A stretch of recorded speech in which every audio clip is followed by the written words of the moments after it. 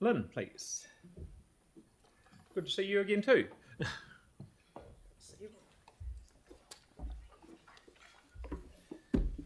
Kia ora, Mayor and councillors. Thank you so much for the opportunity to speak with you all today about Orana Wildlife Park, a community icon that delivers social, economic and environmental benefits to our community.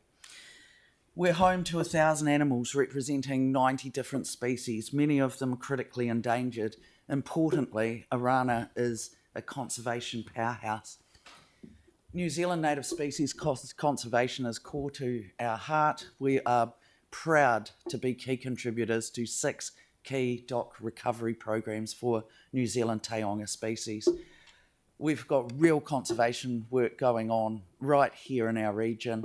A key one is our Kakariki Karaka Breed for Release program. Of course, Kakariki Karaka is Canterbury's critically endangered parakeet. So we're proud to be part of that.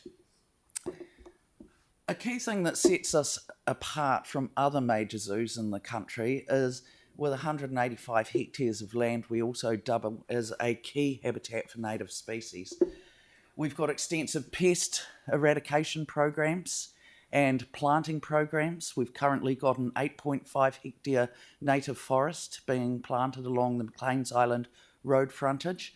Over 50 native species live in the park's ground, including in the PowerPoint there you'll see the Canterbury spotted skink, which had been thought locally extinct since the 1980s, and so we're protecting that species right on Orana's land. Exotic species conservation is another core focus. We're a key partner in 20 conservation breeding programs for exotic endangered species from around the world.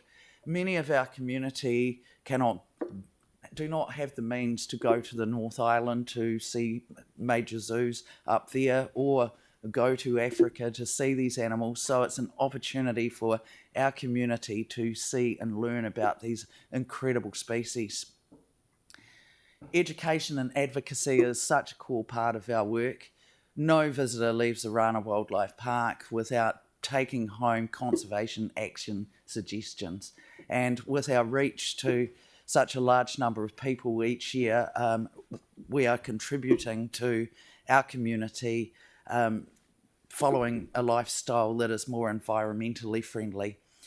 Of course, our formal curriculum linked education programs for Canterbury schools are well supported by all schools, particularly high schools, who see us as absolutely essential for senior biology training. Importantly, we're a community-focused facility. We're much loved by young and old. We're a key Canterbury tourist attraction, driving visitation to the region, hosting up to 200,000 visitors a year. And in our last major survey, 5% of travellers said that they specifically came to Christchurch because they wanted to come to Orana Wildlife Park. Importantly, we contribute to the key LTP outcome, a green, livable city.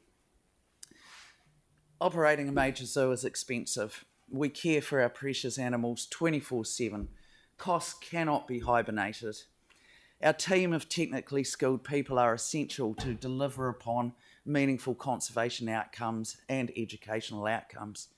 We're an animal welfare accredited zoo. Our animals deserve nothing less than best practice care. What does it cost to run Orana? We're lean and mean. Our annual operating budget is $5 million, and that's on a cash basis. There's another $500,000 on top of that of depreciation, which isn't funded. Instead, we raise funds year on year to carry out major maintenance. We've got a lot of ageing infrastructure, given that we're 48 years old. Salary costs for our specialised staff, 50 FTE, $3.4 million. Add to that animal food and veterinary care costs of $600, leaves $1 million, which covers everything else. Utilities, insurance, day-to-day maintenance, marketing, the lot. So cutting costs is simply not an option. Over the last 48 years, we have raised over 25 million from outside sources to build Orana Wildlife Park to what it is today. We'll continue to raise 100% of the funds for improvements and new capital developments. A $6 million facility for great apes. We brought the only gorillas to Christchurch, New Zealand. To compare with other zoos, it is an expensive business. All other major zoos in the country receive between $5 to $6 million per annum from their council towards operating costs and maintenance. Annual operating budgets range from 8.5 million, that's Hamilton Zoo, 10 million, Wellington Zoo, to 18 million per annum for Auckland Zoo. On top of that, they receive 3 to 13.5 million each year towards capital improvements and new developments. What we need, a minimum of 1.5 million per annum towards OPEX.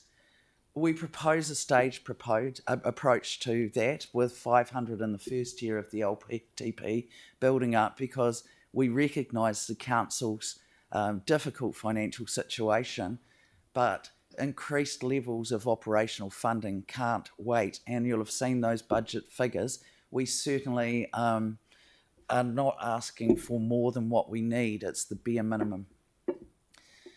The community has spoken. We reached out to our supporters and community, and we know a very large number of submissions in support of LTP funding for Orana have been generated. We know we're highly valued locally, nationally and internationally for what we do. A key question is, would our children of tomorrow actually forgive any of us in this room for not acting now to secure the financial future of a much-loved community facility and a conservation powerhouse? We know you guys have got such a tough job in these tight fiscal times. We implore each and every one of you to vote yes and include Orana Wildlife Park in the LTP. Only $8.11 each year, or 68 cents each month per ratepayer, would enable us to continue to deliver such incredible value to Christchurch City, the region and the nation. Thank you. Thank you. Kelly.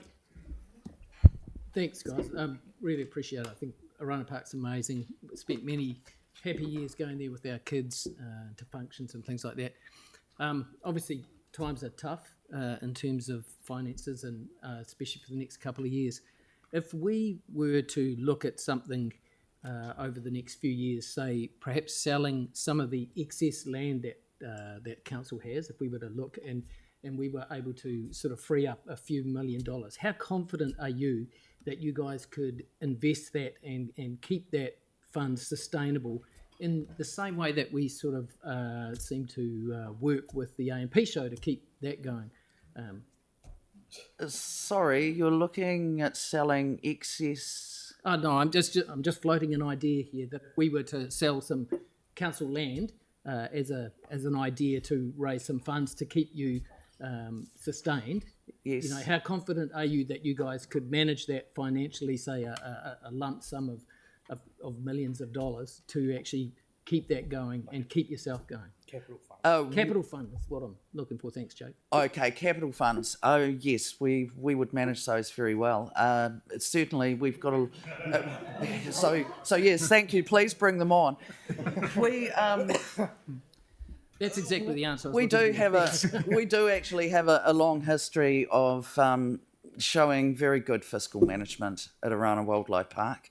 I said in our submission that we're not here in an ambulance at the bottom of the cliff mode, but the financial demise is happening. And with 1,000 animals and 50 wonderful people, we're taking a prudent approach. But we have proven our skills as a team at well-managed finances. Thanks for the work you do, and thanks for your positive approach. Sarah, did you have a question? No, Sam. Oh, Sam, sorry. Hard to tell the names apart when they're scribbled on the piece of Yeah, we are quite different, but not all the time. No, Would you get on with the question? Well, you did start it. Lynn, look, first I just want to thank you for the way you've conducted the funding issue. I think you've done it in a really dignified way, which is really, really useful. I just wondered, in terms of the, do you have any buildings or anything planned over the next couple of years? Like, do you have any capital planned? Oh yes, we do. Yeah. And And I should say, with that, do you have any money tagged for it? I'm just trying to think of a different way. Yeah. yes, we do. And we've already got $1 million set aside that has been raised specifically for the development of a new New Zealand Conservation Centre. It's going to bring our work up front for the public to view, hatching kiwi, raising Fio ducklings for breed for release, etc. So the answer is yes. So hypothetically, if no, it's important. I mean, yeah, and the arts, yeah, we gave plenty of time yesterday. So, in terms of the hypothetically, if we were to look at potentially funding some capital, are the funds that have been donated available to be repurposed into operational costs? Yes and no. We also have requirements placed upon us to renew our annual zoo licence with MPI, and that. Sorry, I'm just meaning for that building you're planning on building. Like the people who've Okay. donated, do you think there's capacity if we were to say, and I'm jumping way ahead, but to Right. go, we could contribute to the building, say through our capital endowment fund or something, and you could repurpose some of the money given to help feed the animals? There is a possibility that we could look into that, and that is the majority of the funds are tagged, Yeah. but there is wiggle room, and that's a very interesting concept that we would like the opportunity to further discuss. It'd be then. good to get some advice on that. Yeah. Good question. Thank you. Victoria. I might as well finish this up. Thank you, Mr. Mayor. Thank you, Lynn. I see that you're asking for 500,000 in the 24-25 year. Is that in addition to or including the 250 that's ordinarily allocated through the Strengthening Communities Fund? Well, we see it as more appropriate that Orana as a key community asset be included for confirmed funding within the LTP process rather than through strengthening communities. Okay. We know that the Strengthening Communities Fund is a limited pot and it just simply isn't big enough to provide the level of funding that a facility like ours requires. So no, it is 500 in the first year is not as much as what we need, but we recognise the council's position, and so yes, the ask is 500 all up. So I've got a supplementary to that if I know, can, I know Mayor, where you're going. which is if you're projecting a loss of 1.5 million and only asking for 500, where's that other million going to come from?